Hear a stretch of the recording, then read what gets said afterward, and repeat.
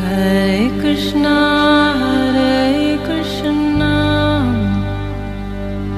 Krishna Krishna Hare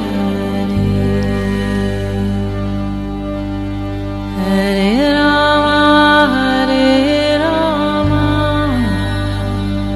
Rama Rama Hare Hare। नमस्कार, radio मानव रचना 107.8 पर मैं हूँ सरिता आपके साथ और शुरू हो चुका है कार्यक्रम आत्मदर्शन।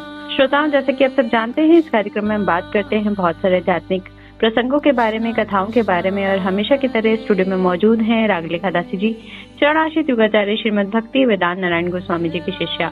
रागलेखा दासी जी, आपका स्वागत है हमारे स्टूडियो में। हरे कृष्ण जी। श्रोताओं, आजकल हम बात कर रहे हैं महाभारत के बारे में। महाभारत के अंतर्गत बहुत सारे ऐसे प्रसंग हैं, कहानियां हैं जो हम आपको इस कार्यक्रम के माध्यम से सुना रहे हैं, बता रहे हैं और बहुत सारा ज्ञान आप तक पहुंचाने की कोशिश कर रहे हैं। तो आज के एपिसोड में रागलेखा दासी जी, आप हमारे श्रोताओं के लिए कौन सी कथाएं लेकर आई हैं? जी, महाराज द्रुपद यहाँ पे सब पांडव लोग ठहरे हुए थे और उन्होंने 1 वर्ष का अज्ञातवास किया था। उन्होंने अपने एक पुरोहित को दूध बना के भेजा कौरवों की तरफ। अच्छा। तो वे द्रुपद का जो पुरोहित था राजा धृतराष्ट्र के पास पहुंचा। धृतराष्ट्र, भीष्म और विदुर ने उसका बड़ा सत्कार किया।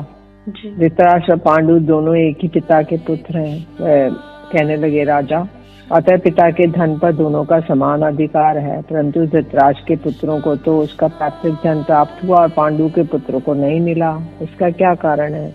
कौरवों ने अनेकों बार कई उपाय करके पांडवों के प्राण लेने का उद्योग किया, परंतु उनकी आयु शेष थी, इसीलिए वे लोग यमलोक ना भेज सके। पांडव वीर हैं तो भी वे कौरवों के साथ युद्ध करना नहीं चाहते। उनकी तो ये इच्छा है कि संग्राम में जनसंहार किए बिना ही हमें हमारा भाग मिल जाए। युधिष्ठिर के पास भी 7 अक्षौहिणी सेना एकत्रित हो गई है। वे युद्ध के लिए उत्सुक होकर उनकी आज्ञा की बाट जोहती है। शकुनी ने दुर्योधन के लिए जुए में युधिष्ठिर को हराया था। उस समय वे एक शर्त मानकर वन में गए थे। उस शर्त को पूरा किए बिना ही वे मत्स्य और पांचाल देश वालों के भरोसे मूर्ख की भांति पैतृक संपत्ति लेना चाहते हैं, परंतु दुर्योधन उनके डर से राज्य का 1/4 भाग भी नहीं दे सकते। यदि वे अपने बाप दादाओं का राज्य लेना चाहते हैं तो प्रतिज्ञा के अनुसार नियत समय तक पुनः वन में रहें। यदि धर्म छोड़कर लड़ने पर ही उतारू हैं तो इन कौरव वीरों के पास आने पर वे मेरे वचनों को भी भली भांति याद करेंगे। भीष्म जी बोले, यदि हम लोग ब्राह्मण के कथानुसार कार्य नहीं करेंगे तो अवश्य ही युद्ध में पांडवों के हाथों से मरकर हमें धूल फांकनी पड़ेगी। भीष्म के वचन सुनकर धृतराष्ट्र ने उनका सम्मान किया। भीष्म जी ने जो कहा है इसी में हमारा और पांडवों का हित है, इसी से जगत का भी कल्याण है। मैं सबके सलाह करके संजय को पांडवों के पास भेजूंगा, अतः आप शीघ्र ही लौट जाइए। तो धृतराष्ट्र जी ने उस दूत को वापस लौटा दिया और बोला, हम लोग संजय को भेजेंगे कि क्या हमने सोचा है। राजा धृतराष्ट्र के वचन सुनकर संजय पांडवों से मिलने के लिए उपलव्य में गए। राजन, बड़े सौभाग्य की बात है कि आज आपके सहायकों के साथ आप सकुशल दिखाई दे रहे हैं। उन्होंने जाकर युधिष्ठिर जी को प्रणाम किया और कहा, राजा युधिष्ठिर ने कहा, संजय, तुम्हारा स्वागत है, तुमसे मिलकर आज बड़ी प्रसन्नता हुई। संजय बोला, राजा धृतराष्ट्र युद्ध नहीं शांति चाहते हैं। उन्होंने बड़ी उतावली के साथ रथ तैयार करा के मुझे यहाँ भेजा है। युधिष्ठिर ने कहा, संजय, तुमने ऐसी कौन सी बात सुनी है जिससे मेरी युद्ध की इच्छा जानकर भयभीत हो रहे हो? युद्ध करने की अपेक्षा उसे ना करना ही अच्छा है। संधि का अवसर पाकर मैं कौन युद्ध करना चाहेगा? तुम जानते हो हमने वन में कितना क्लेश उठाया है, फिर भी तुम्हारी बात का ख्याल करके हम कौरवों के अपराध क्षमा कर सकते हैं। जी। तुम्हारे कथानुसार हम शांति धारण कर लेंगे, किंतु ये तभी संभव है जब इंद्रप्रस्थ दिल्ली में मेरा ही राज्य रहे और दुर्योधन इस बात को स्वीकार करके वहाँ का राज्य हमें वापस कर दे। भगवान श्री कृष्ण ने कहा, संजय, जिस प्रकार मैं पांडवों को विनाश से बचाना चाहता हूँ, उनको ऐश्वर्य दिलाना और उनका प्रिय करना चाहता हूँ, इसी प्रकार अनेकों पुत्रों से राजा धृतराष्ट्र के अभ्युदय की भी शुभकामना करता हूँ। मेरी एकमात्र यही इच्छा है कि दोनों पक्ष शांत रहें। युधिष्ठिर को भी शांति ही प्रिय है। ये बात सुनता हूँ कि पांडवों के समक्ष इसे स्वीकार भी करता हूँ।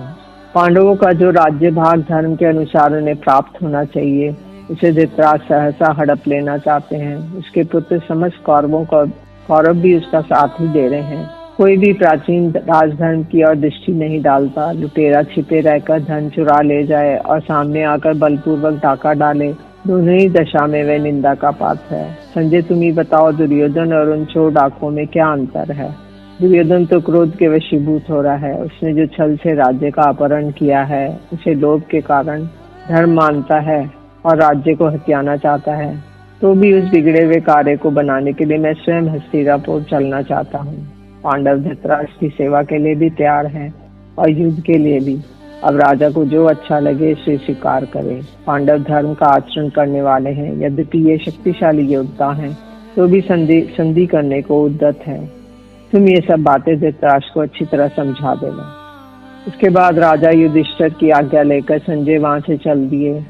हस्तिनापुर में पहुंचकर वे शीघ्र ही हंतपुर में ले आया और द्वारपाल से बोला, प्रहरी, तुम राजा धृतराष्ट्र को मेरे आने की सूचना दे दो, मुझे उनसे अत्यंत आवश्यक काम है। संजय बोले, राजन, तुम जरा अपने कर्मों की ओर दृष्टि डालो। धर्म और अर्थ से युक्त जो श्रेष्ठ पुरुषों का व्यवहार है, इससे बिल्कुल विपरीत तुम्हारा बर्ताव है।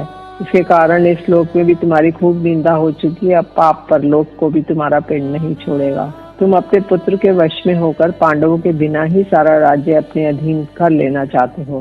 राजन, तुम्हारे ये मंत्री लोग सदा कर्मों में लगे रहकर नित्य एकत्रित हो बैठक किया करते हैं। इन्होंने पांडवों को राज्य न देकर जो प्रबल निश्चय कर लिया है, ये कौरवों के नाश का ही कारण है। भरतवंश में विरोध फैलाने के कारण मैं तुम्हारी ही निंदा करता हूँ। इस विरोध के कारण निश्चय ही प्रजाजनों का सत्यानाश होगा। तुमने ऐसे लोगों का संग्रह किया है जो विश्वास के योग्य नहीं है और अपने विश्वास पात्रों को दंड दिया है। इस दुर्बलता के कारण अब तुम पृथ्वी की रक्षा करने में कभी समर्थ नहीं हो सकते। विदुर धृतराष्ट्र के महल के भीतर जाकर विचार में पड़े हुए राजा से हाथ जोड़कर बोले, महाप्राज्ञ, मैं विदुर हूँ, आपकी आज्ञा से यहाँ आया हूँ। यदि मेरे करने योग्य कुछ काम हो, मैं उपस्थित हूँ, मुझे आज्ञा कीजिए। धृतराष्ट्र ने कहा, विदुर, संजय आया था, मुझे भला भुला कह के चला गया। कल सभा में वह अजात शत्रु युधिष्ठिर के वचन सुनाएगा। धृतराष्ट्र ने कहा, मैं तुम्हारे धर्मयुक्त और कल्याण करने वाले सुंदर वचन सुनना चाहता हूँ। विदुर नीति, अब ये यहाँ से आरंभ हो रहा है। विदुर नीति, विदुर जी काफी उपदेश देते हैं धृतराष्ट्र जी को और जो वो सुनते हैं। विदुर जी कहने लगे, आप धर्मात्मा और धर्म के जानकार होते हुए भी आंख से अंधे होने के कारण उन्हें पहचान न सके, इसके विपरीत हो गए। उन्हें राज्य का भाग देने में आपकी सम्मति नहीं हुई। आप दुर्योधन, शकुनी, कर्ण और दुशासन जैसे अयोग्य व्यक्तियों पर राज्य का भार रखे कैसे ऐश्वर्य वृद्धि चाहते हैं।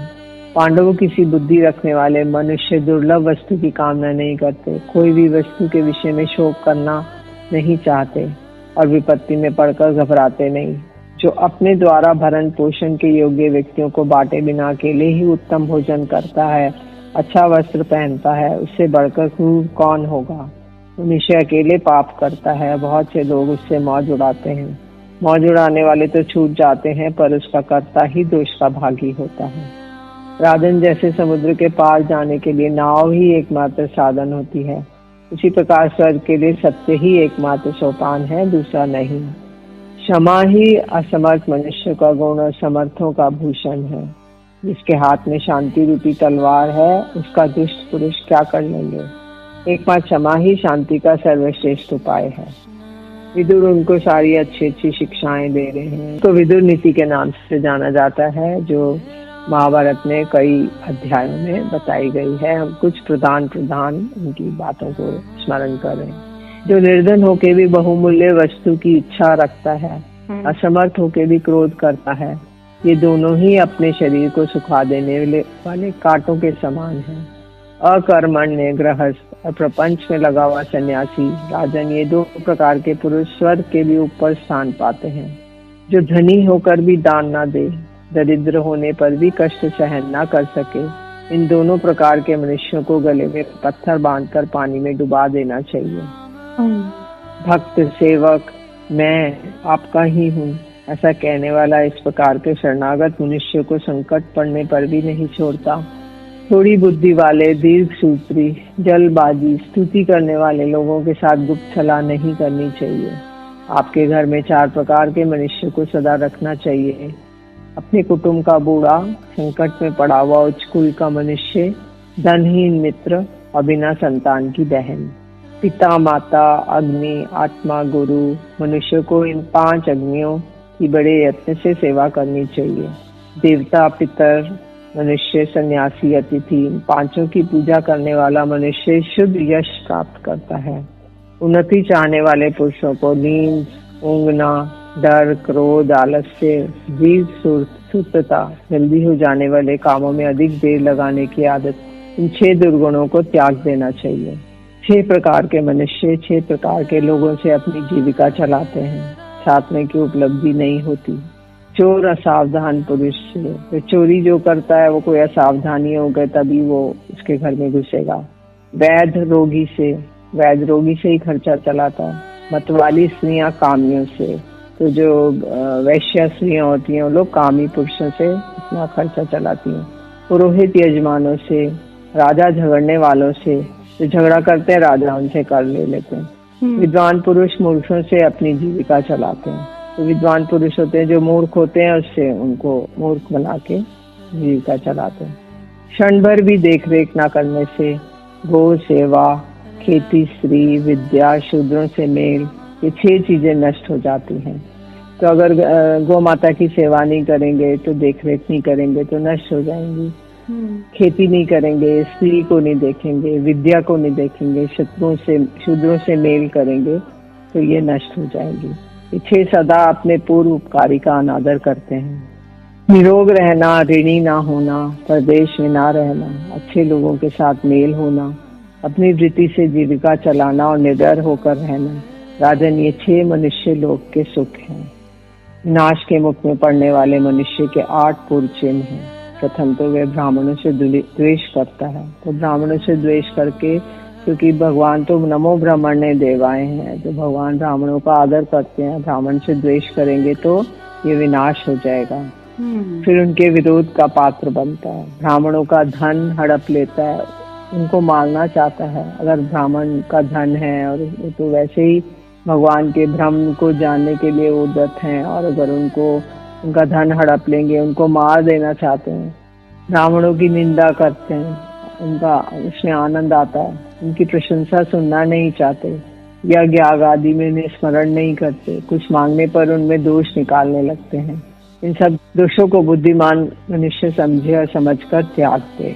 जो विद्वान पुरुष आँख, कान आदि 9 दरवाजे वाले, 3 वात, पित्त और कफ रूपी खंभों वाले, 5 ज्ञानेंद्रिय रूप साक्षी वाले, आत्मा के निवास स्थान शरीर रूपी ग्रह को जानता है, वह बहुत बड़ा ज्ञानी है। तो शरीर में कितने हैं हमारे? आँख, कान, 9 दरवाजे हैं। 2 आँख, 2 कान, 2 नासिका, 1 मुख और 1 मल और मूत्र का द्वार, 9 दरवाजे हैं। 3 जो है वात, पित्त और कफ जो हैं ये खंबे हैं।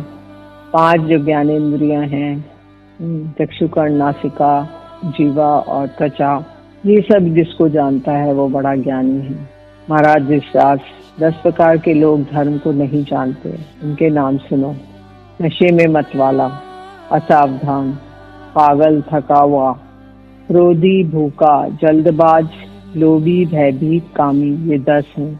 अतः इन सब लोगों में विद्वान पुरुष आसक्ति ना बढ़ाए। जी बिल्कुल, बहुत सारा ज्ञान जो है हम ले रहे हैं इस कार्यक्रम के माध्यम से, और इस विदुर नीति के अंतर्गत जिस तरह से धृतराष्ट्र को समझा रहे हैं विदुर, ये सारा ज्ञान हम आप तक पहुंचाने की कोशिश कर रहे हैं। अभी रागलेखादासी जी ने समझाया कि किस तरह से जो संजय हैं वो पांडवों के पास गए थे धृतराष्ट्र का संदेश लेकर, और वहां से वो वापस आए। बहुत कुछ समझाया उन्होंने धृतराष्ट्र जी को, और अब विदुर नीति के अंतर्गत जान रहे हैं कि किस तरह से विदुर जी जो हैं वो धृतराष्ट्र को बहुत सारी नीति के बारे में, बहुत सारा ज्ञान जो है उनको देने की कोशिश कर रहे हैं। तो रागलेखादासी जी आगे इसको जारी रखें, बताएं आगे। जी, तो विदुर नीति महाभारत में 8 अध्याय में बताई गई है। तो हम कुछ प्रधान ले रहे हैं क्योंकि सब कुछ लेना संभव पर नहीं है। जी। धृतराष्ट्र बोले, विदुर तुम अपनी बुद्धि से विचार कर मुझे ठीक उपदेश करो। जो बात युधिष्ठिर के लिए हितकर और कौरवों के लिए कल्याणकारी समझो वे सब अवश्य बताओ। अजातशत्रु युधिष्ठिर क्या चाहते हैं सो सब ठीक बताओ। विदुर जी ने कहा, असद उपायों, जुआ आदि का प्रयोग करके जो कपटपूर्ण कार्य सिद्ध होते हैं उनमें आप मन मत लगाइए। वह राज्य को प्राप्त करता है, अब तो राज्य प्राप्त ही हो गया, ऐसा समझकर अनुचित बर्ताव नहीं करना चाहिए। उद्दंडता संपत्ति को उसी प्रकार नष्ट कर देती है जैसे सुंदर रूप को बुढ़ापा। मछली बढ़िया चारे से ढकी हुई लोहे की कांटे को लोभ में पड़कर निगल जाती है, उससे होने वाले परिणाम पर विचार नहीं करती। अतः अपनी उन्नति चाहने वाले पुरुष को वही वस्तु खानी चाहिए जो खाने योग्य हो और खाई जा सके, खाने पर पच सके और पच जाने पर हितकारी हो। जो पेड़ के कच्चे फलों को तोड़ता है वह उन फलों के रस को पाता नहीं, उल्टे उस वृक्ष के बीज का नाश होता है। परंतु जो समय पर पके हुए फल को ग्रहण करता है वह फल से रस पाता है और उस बीज से पुनः फल प्राप्त करता है। जैसे भौरा फूलों की रक्षा करता हुआ उनके मधु का आस्वादन करता है, उसी प्रकार राजा भी प्रजाजनों को कष्ट दिए बिना ही धन ले। जैसे माली बगीचे में एक एक फूल तोड़ता है, उसकी जड़ नहीं काटता, इसी प्रकार राजा प्रजा की रक्षा पूर्वक उनसे कर ले। जिसकी प्रसन्नता का कोई फल नहीं और क्रोध भी व्यर्थ है, उसको प्रजा स्वामी बनाना नहीं चाहती, जैसे स्त्री नपुंसक को पति नहीं बनाना चाहती। जैसे व्याध से हरिण भयभीत होता है, उसी प्रकार जिससे समस्त प्राणी डरते हैं, और समुद्र पर्यंत पृथ्वी का राज्य पाकर भी प्रजाजनों के द्वारा त्याग दिया जाता है। जो राजा धर्म छोड़कर अधर्म का अनुष्ठान करता है, उसकी राज्य भूमि आग पर रखे हुए चमड़े की भांति संकुचित हो जाती है। जो यत्न दूसरे राष्ट्र का नाश करने के लिए किया जाता है, वही अपने राज्य की रक्षा करने के लिए उचित है। धर्म से ही राज्य प्राप्त करे और धर्म से ही उसकी रक्षा करे, क्योंकि धर्म मूलक राज्य लक्ष्मी को पाकर ना तो राजा उसे छोड़ता है और ना वही राजा को छोड़ती है। राजन, जो गाय बड़ी कठिनाई से धोने देती है वह बहुत क्लेश उठाती है, क्योंकि जो आसानी से दूध देती है उसे लोग कष्ट नहीं देते। जो धातु बिना गर्म किए मुड़ जाते हैं उन्हें आग में नहीं तपाते। जो काठ स्वयं झुका होता है उसे कोई झुकाने का प्रयत्न नहीं करते। इस दृष्टांत के अनुसार बुद्धिमान पुरुष को अधिक बलवान के सामने झुक जाना चाहिए। सदाचार से हीन मनुष्य का केवल ऊंचा कुल मान्य नहीं हो सकता, क्योंकि नीच कुल में उत्पन्न मनुष्य का भी सदाचार ही श्रेष्ठ माना जाता है। धन से उन्मत्त पुरुषों के भोजन में मांस की, मध्यम श्रेणी वाले भोजन में गोरस की और दरिद्रों के भोजन में तेल की प्रधानता होती है। दरिद्र पुरुष सदा ही स्वादिष्ट भोजन करते हैं, क्योंकि भूख ही स्वाद की जननी है और वे धनियों के लिए सर्वथा दुर्लभ है। राजन, संसार में धनियों को प्राय भोजन करने की शक्ति नहीं होती, किंतु दरिद्रों के पेट में काट भी पच जाता है। अधम पुरुषों को जीविका न होने से भय लगता है। मध्यम श्रेणी के मनुष्यों को मृत्यु से भय होता है, परंतु उत्तम पुरुषों को अपमान से महान भय होता है। स्वयं अपने ही आत्मा को ही जीत लिया है जिसने, उसका आत्मा ही उसका बंधु है, वही सच्चा बंधु और वही नियत शत्रु है। गाली देने वाला पाप का भागी होता है और क्षमा करने वाला पाप से मुक्त हो जाता है। मधुर शब्दों में कही भी अनेक प्रकार से कल्याणकारी बातें हैं, किंतु यदि कटु शब्दों में कही जाए तो महान अनर्थ का कारण बनती है। बाणों से सीधा हुआ, फरसे से काटा हुआ वन भी पनप जाता है, किंतु कटु वचन कहकर वाणी से किया हुआ भयानक घाव नहीं भरता। बाणों को शरीर से निकाल सकते हैं, परंतु कटु वचन रूपी कांटा नहीं निकाला जा सकता, क्योंकि वह हृदय के भीतर धंस जाता है। वचन रूपी बाण मुख से निकलकर दूसरों के मर्म पर चोट करता है, उनसे आहत मनुष्य रात दिन घुलता रहता है। अतः विद्वान पुरुष दूसरों पर उसका प्रयोग ना करें। भरत श्रेष्ठ, आपके पुत्रों की बुद्धि नष्ट हो गई है। आप पांडवों के साथ विरोध के कारण इन अपने पुत्रों को पहचान नहीं रहे हैं। महाराज धृतराष्ट्र, जो राज लक्षणों से संपन्न होने के कारण त्रिभुवन का भी राजा हो सकता है, वे आपका आज्ञाकारी युधिष्ठिर ही इस पृथ्वी के शासन के योग्य है। आपके सभी पुत्रों से बढ़ चढ़कर है। श्रेष्ठ युधिष्ठिर दया, सौम्य भाव, आपके लिहाज के कारण अनेकों कष्ट सह रहे हैं।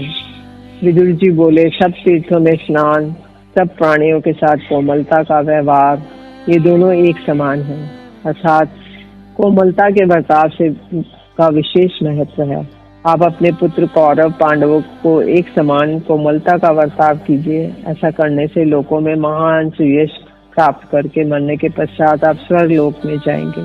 जी, बहुत सारा ज्ञान जो है इस विदुर नीति के अंतर्गत हम जान रहे हैं श्रोताओं की किस तरह से विदुर जी जो है धृतराष्ट्र को बहुत सारे उदाहरणों से समझा रहे हैं, बता रहे हैं, ज्ञान उनको दे रहे हैं कि किस तरह से उन्हें पांडवों को उनका जो अधिकार है वो दे देना चाहिए। इस विदुर नीति के अंतर्गत श्रोताओं और भी बहुत कुछ है जो हम आपको बताएंगे, लेकिन अगले एपिसोड में, क्योंकि अभी वक्त हुआ है आप लोगों से इजाजत लेने का। तो रागले खदासी जी, आपका बहुत बहुत शुक्रिया हमारे स्टूडियो में आने के लिए। हरे कृष्ण जी। तो श्रोताओं, अगले एपिसोड में महाभारत के इस प्रसंग को, विदुर नीति को जानेंगे, लेकिन आज के लिए बस इतना ही। हमें दीजिए इजाजत और आप सुनते रहिए रेडियो मानव रचना 107.8 पर आने वाले अन्य